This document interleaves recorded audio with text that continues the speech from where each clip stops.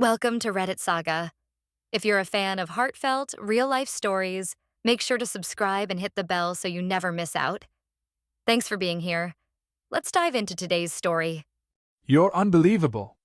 The sound of my dad's palms slamming the dinner table rang through the room like a gunshot. Forks rattled. Glasses shook. My mother flinched. But I didn't move.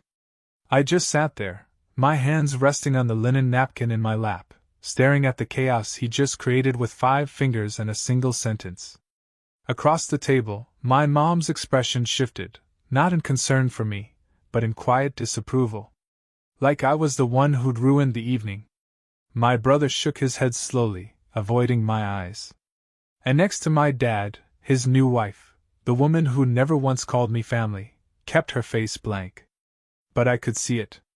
The twitch of her lip. The subtle tilt of her chin. She was waiting for me to cave. I didn't. All I had said was, "No. I'm not splitting her hospital bill." That was it. No shouting. No insults. Just a calm refusal.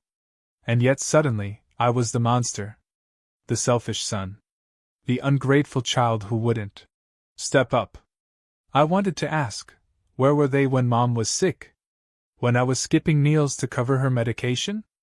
When I was holding her hand during chemo while Dad was on a beach somewhere with her? But I didn't say a word. I knew none of them wanted to remember.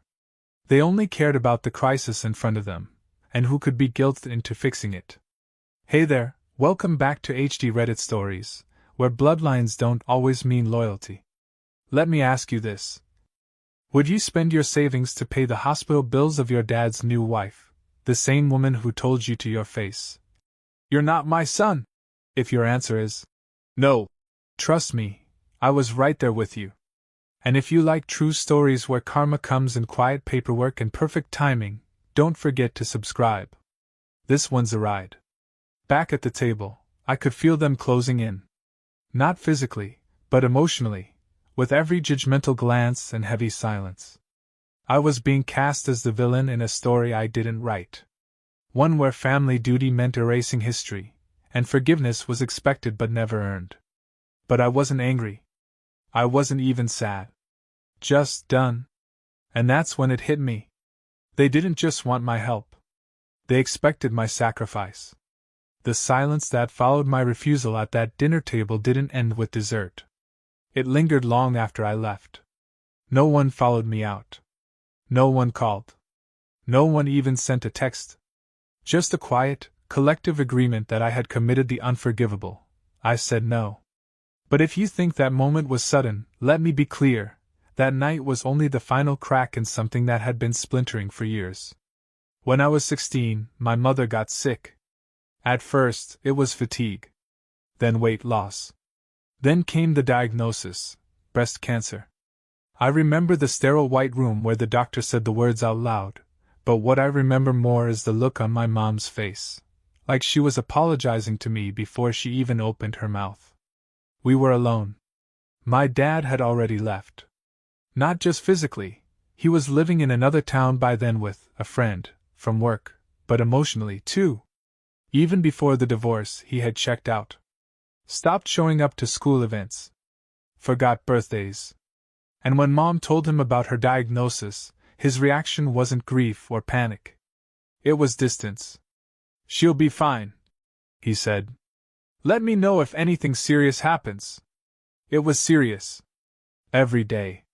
While my friends went to parties or spent weekends gaming, I was learning how to flush 4 lines and count pill bottles. I worked part-time at the grocery store after school and used that money to pay for Uber rides to the hospital when Mom was too weak to drive. No one came to help. Not my father. Not his new girlfriend, who he eventually married. Not even my older brother, who decided it was too hard to deal with and moved across the country for a fresh start. I didn't get a fresh start. I got debt, panic attacks, and the kind of loneliness you can only feel when you're surrounded by people who should have cared, but didn't. I kept quiet. For years. I kept the family name intact. I didn't tell relatives what Dad really did. I didn't correct my brother when he posted Instagram throwbacks pretending he'd been there for Mom. I swallowed every bitter thought, because Mom didn't want drama. She wanted peace. And when she finally got better, when she rang the bell after her last chemo treatment, I thought maybe, just maybe, I could breathe again. Maybe we could start over. Maybe Dad would see her strength and feel some regret. Maybe he'd come around. He didn't. Instead, he sent an email. A damn email, not even a call. Glad to hear she's doing well. Hope you're taking care of yourself. By the way, Amanda and I just bought a new place. Let me know if you want to visit sometime. Amanda. That's what he called her. Not my wife. Not your stepmother. Just Amanda. Like she was some distant acquaintance we were all supposed to just accept into the fold. I didn't respond. The next time I saw him was when he showed up to Mom's 62nd birthday party unannounced, Amanda in tow, and gave her a single card with a Starbucks gift card inside. She smiled politely, but I saw her hands tremble. She always tried to be kind, even when she was breaking inside. That night, she cried in the kitchen when everyone else had gone home. She whispered, "He used to know what my favorite tea was." I held her and didn't say a word. Fast forward to this year. Amanda has a health scare, something with her kidneys. I don't know the details because they didn't tell me. They told my brother, who called me up and said, "Dad's asking if we can each chip in for the medical bills. It's a lot." I laughed. Not because it was funny, but because it was predictable. "Why me?" I asked. And my brother, God bless him, had the audacity to say, "Because you're the one who's always handled things." That was the moment it all came back. The unpaid bills. The long nights. The sound of Mom throwing up while I googled side effects. The way Dad vanished. And now, years later, he wanted to cash in on the goodwill I had left. I told him I needed time to think. Then came the dinner. The invitation sounded innocent.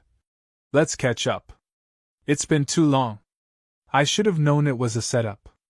They waited until the second course before springing it on me. Amanda looking frail and tired. My brother looking stressed and apologetic. My dad doing his best to appear stoic and noble, as if asking for thousands of dollars was somehow heroic.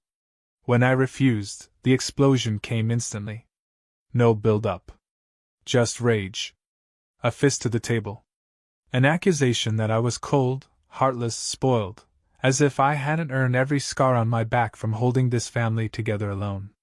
And yet, in their eyes, I was still the one causing pain. I left quietly. Not out of shame, but because I refused to raise my voice for people who never listened. I walked out, got in my car, and sat in the driveway for 20 minutes just breathing. And in that stillness, I realized something. I wasn't just tired. I was finished. Finished pretending. Finished playing the role of dutiful son. Finished covering for a man who'd only ever shown up when it served him. Finished letting guilt write checks I could no longer cash. That night, I opened an old shoebox filled with papers. Receipts. Emails. Bank transfers. Everything I'd ever done for this family, documented. I didn't gather those records out of spite. I kept them because somewhere deep down, I think I always knew this moment would come. And I wanted to be ready. I didn't sleep that night. Not because I was upset. I wasn't angry anymore. Not in the way they expected. I wasn't pacing or crying or even venting to a friend. No, I was calm. Focused. The kind of clarity that comes after you've been gaslit for years and finally see through the fog. The truth was simple. I had no obligation to help. None. But they'd built their entire case around the assumption that I would, because I always had. I was the fixer. The helper. The bandage they wrapped around every family disaster. And I realized that had to end. The next morning, I made 2 calls. The first was to my attorney, Liz. She'd helped Mom rewrite her will a few years back and knew more about our family's tangled financial history than anyone else. She was sharp, discreet, and just angry enough on my behalf to take things seriously. The second call was to a private estate analyst I found through a referral. Someone who specialized in forensic reviews, the kind of person who could pull apart tax filings, title transfers, and obscure asset movements like string from a knot. I didn't tell anyone in the family. I didn't warn them. I simply did what they never expected. I started digging. Liz met me that afternoon. We sat in her office surrounded by manila folders, old deeds, notarized documents, and scanned PDFs of property transactions. She reviewed everything I brought, and then she asked a single question that changed everything. When your dad remarried, was there a prenuptial agreement? I blinked.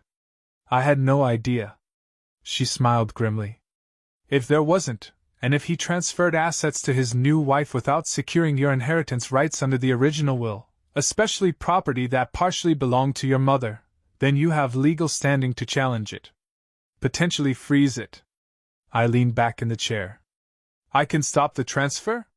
She nodded. With the right motion and documentation, yes. If what you're saying is true, that your father quietly moved family assets into her name without disclosing them, then it's not just unethical. It's contestable. The estate analyst, Nathan, came back with results faster than I expected. Within 4 days, he sent me a summary report that nearly made my jaw drop. My father had funneled nearly all major assets, including a second home, a vintage car collection, and even part of a family-owned business, into a joint trust with Amanda over the last 5 years. Most of these transfers had occurred after Mom's final chemo treatment. While I was picking up the pieces, he was redrafting legacy. Worse yet? The family home that Mom and Dad had bought decades ago, the one I grew up in, had been gifted to Amanda via a backdated quitclaim deed.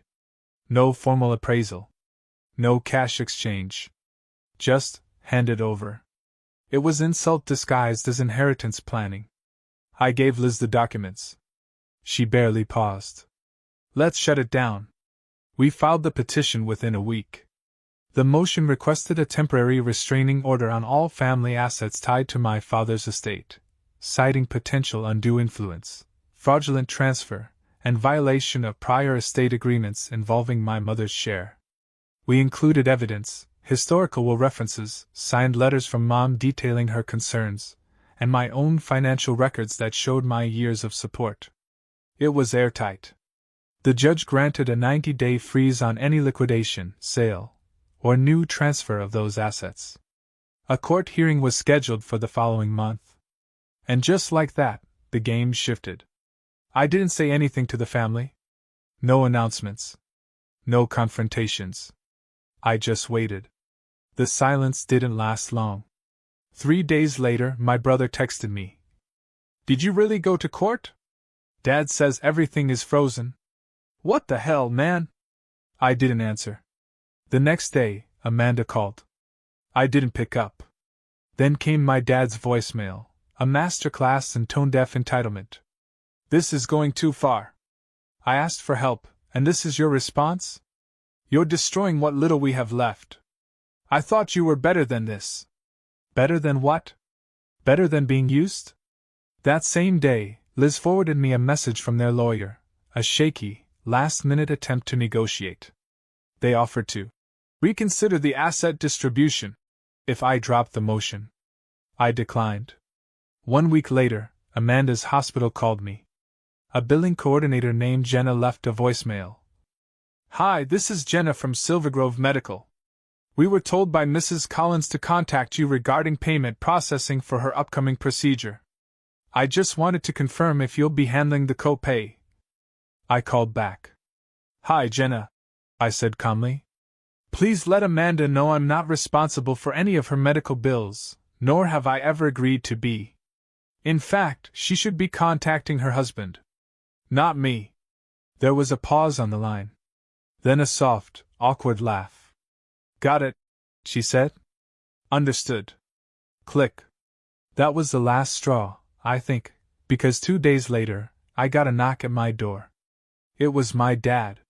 He looked smaller. Not physically, but emotionally, like the air of superiority he always carried had been slowly leaking out of him.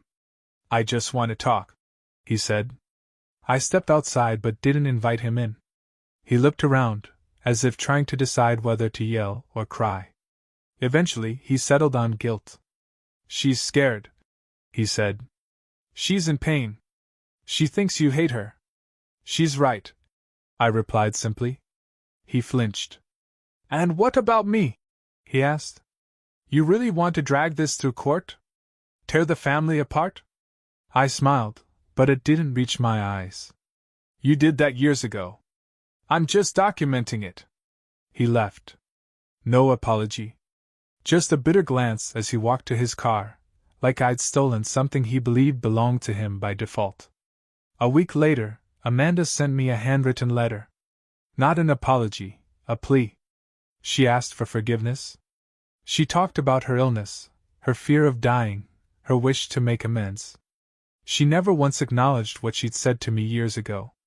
Never mentioned the way she made Mom feel unwelcome at family events. Never admitted how she stood silently as my father erased the woman who built his life. I didn't respond. Because it was never about illness. Or forgiveness. It was about power.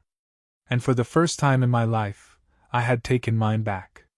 As the hearing date approached, they stopped contacting me. I think their attorney warned them. Maybe they finally realized I wasn't bluffing. Liz prepared final filings, and we requested mediation to avoid trial. During mediation, their side folded. Completely. Amanda surrendered her claim to the family home.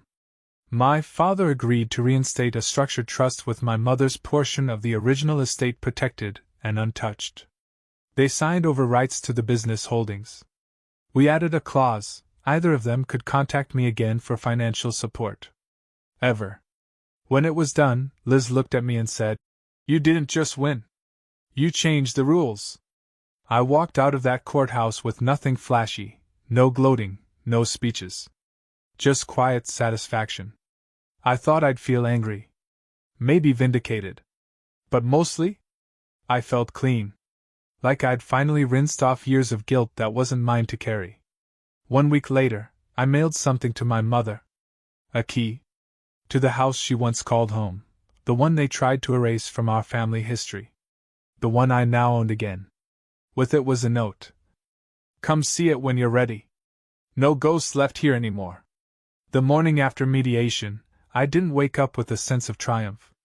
There was no celebratory music playing in the background, no movie-worthy montage of me walking into the sunrise. Instead, I woke up to silence, a silence I had longed for. No buzzing phone. No guilt-ridden voicemails. No passive-aggressive texts from relatives telling me to be the bigger person. Just peace. And coffee. I sipped it slowly by the window, watching the neighborhood go about its routine, and I felt something I hadn't felt in years: weightless. There's a strange kind of exhaustion that comes after you fight for yourself. Not the kind that drains you, but the kind that reminds you just how much you've been carrying. I'd been dragging emotional baggage for so long that I forgot what it felt like to stand up straight. But now, I was standing. Really standing. And the view from here?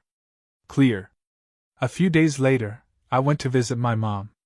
She opened the door with a puzzled look. You didn't call. I brought something, I said. I handed her the envelope, thick, official, and sealed with legal tape. What is this? Closure. She opened it slowly, her fingers trembling. Inside were the finalized estate documents. The property title, restored in her name. The trust details, secure and unbreakable. The account statements, cleared of any manipulation. And on top of it all, a letter from the court affirming it was over. She read in silence. When she looked up, her eyes were wet. You did this? She whispered. I nodded. We did this. You gave me the strength to. She reached out and gripped my hand. I was so afraid they'd take everything. Not just money. But your heart. Your dignity. They almost did, I said quietly. But not anymore. We didn't say anything else for a while. We just sat there, mother and son, letting the quiet settle like sunlight on a wound that had finally stopped bleeding. A week passed before I heard anything from my brother. He called, just once. The voicemail was short. I didn't get it before. I was scared. I thought you were blowing things up just to prove a point. But I was wrong. You were protecting something. I'm sorry. He didn't ask for money. He didn't ask for forgiveness. Just said his piece and hung up. I saved the voicemail. Not because I wanted to dwell on it, but because it felt like the first honest thing he'd said to me in years. And my father? He never called again. Amanda either. It's funny how quickly a wall can go up when people realize they can no longer manipulate their way through it. For the first time, I wasn't the one left waiting for answers. I wasn't refreshing messages or checking missed calls. They were the ones left in silence now. And I didn't owe them any noise. I went back to the house, the one they tried to sign away. It was quiet, dusty, but still familiar. The hallway still creaked the same way it did when I used to sneak in past curfew. The wallpaper in the kitchen was still hideous. And in the upstairs bedroom, the one that used to be mine, there was a shoebox on the shelf. Inside were old photographs. My parents' wedding. My baby pictures. One of me and my mom at the beach, both sunburnt and laughing. And another, the only one I kept, of me and my dad on a fishing trip when I was 9. I stared at it for a long time. He wasn't a monster. Just a man who chose convenience over conscience. I put the picture back in the box and closed the lid. Some memories don't need to be burned. They just need to be shelved. Later that night, I stood in the living room, holding the keys. I thought about what to do with the place. Renovate it? Sell it? Keep it? In the end, I did something else. I called my mom again. Hey, I said. I was thinking, you always said you wanted to open that little bookshop. She laughed. That was 20 years ago. Maybe it's time, I replied. I've got a place. And you've got stories. A pause. Then, are you serious? As a trust document. We both laughed. And just like that, a new chapter began. We turned the house into a community reading space. Shelves lined with classics and old family favorites. A little corner for poetry readings. A coffee bar Mom insisted on decorating with plants that I kept forgetting to water. And every Saturday, she'd sit by the front window, reading to kids from the neighborhood. People started calling it Margaret's house, after her. No one mentioned who used to own it. No one asked about the drama. It wasn't relevant anymore. Because we had rewritten the ending. One afternoon, a woman stopped by with her daughter. She looked familiar, but I couldn't place her until she said, I knew your mom. Back when she was sick. You brought her into the clinic a few times. We talked for a while. She complimented the space, bought a few books, and as she was leaving, she turned to her daughter and said, This place exists because someone stood up when it counted. I didn't correct her. I just smiled. Now, I still get emails from extended family now and then. Some supportive. Some curious. Some subtle attempts to reopen conversations I've already closed. I don't respond to most. Not out of spite, but because peace is a boundary I no longer feel guilty for protecting. I walk every morning. Drink my coffee in silence. Help Mom with the shop when I can. And on Sundays I visit the cemetery where my grandparents are buried and leave flowers, just like Mom used to do when things were simpler. Sometimes I sit there and whisper, I'm okay now. She's okay now. And it's over. Not in anger. Not in bitterness. Just in truth.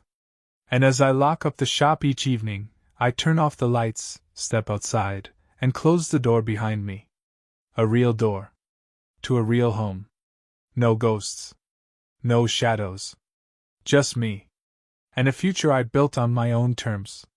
If there's one thing this entire experience taught me, it's this: sometimes, the people who expect the most from you are the very ones who gave you the least when it mattered. It's easy to say that family is unconditional, that blood binds us, and that loyalty should trump disappointment. But the truth is, loyalty without reciprocity becomes self-destruction. And for too long, I mistook endurance for love. I believed, like many of us do, that being the good one meant swallowing pain in silence. That it was noble to carry the weight, to keep the peace, to never speak out even when I was drowning in responsibilities no one else would touch. I told myself it made me strong. But it didn't make me strong. It made me exhausted. Real strength is not in how long you can tolerate being mistreated. It's in how clearly you can see the truth, and how bravely you act on it when everyone around you wants you to stay silent. When my dad asked me to pay for his new wife's hospital bill, it wasn't about the money. It was about control.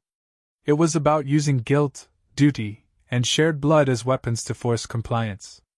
It was about pretending history never happened, pretending he hadn't abandoned my mother when she was sick, hadn't disappeared while I cleaned up his mess, hadn't handed his legacy to someone who never once acknowledged me as family. They didn't want my help. They wanted my silence. But silence is not kindness. Sometimes it's complicity. And sometimes the most loving thing you can do, for yourself and for the people you still care about, is to say no. Saying no cost me relationships I once thought were irreplaceable. But in return, it gave me something more valuable: peace. You learn that love without respect is manipulation. That forgiveness without accountability is a license to repeat harm. That giving people endless chances doesn't make you generous, it makes you vulnerable to people who don't change. And most importantly, you learn this: you are not selfish for protecting your boundaries. You are not cruel for demanding fairness. You are not heartless for refusing to play a role in a family performance that demands your silence in exchange for crumbs of approval. What I did wasn't revenge. It wasn't pettiness. It was correction. I didn't go to court because I wanted to punish my father. I went because I wanted to protect the truth. To ensure that the years I spent caring for my mother weren't erased by legal loopholes and emotional blackmail. I wanted to make sure that the people who showed up when it was easy wouldn't inherit the rewards meant for the ones who endured when it was hard. That's what justice looks like in families, not vengeance, but balance. And yes, it's hard. It hurts. You'll question yourself. People will say you're overreacting, that you're being dramatic, ungrateful, cold. But you know what's colder? Being asked to show up for people who never showed up for you, and being told that's what family means. We don't get to choose our families. But we do get to choose the legacy we leave behind. I chose to stop the cycle. To draw a line in the sand. To make sure that the next time someone in my position feels cornered, they'll know, you can stand up, and you can walk away, and still be whole. My mother once told me, in a quiet moment after one of her treatments, "You don't owe anyone your suffering. Not even the ones who gave you life." I didn't fully understand what she meant then. I do now. So if you're out there, reading this, wondering whether you're a bad person for setting a boundary, for saying no, for refusing to fund someone else's denial, for finally choosing yourself, you're not wrong. You're reclaiming your voice. And I hope you never give it back.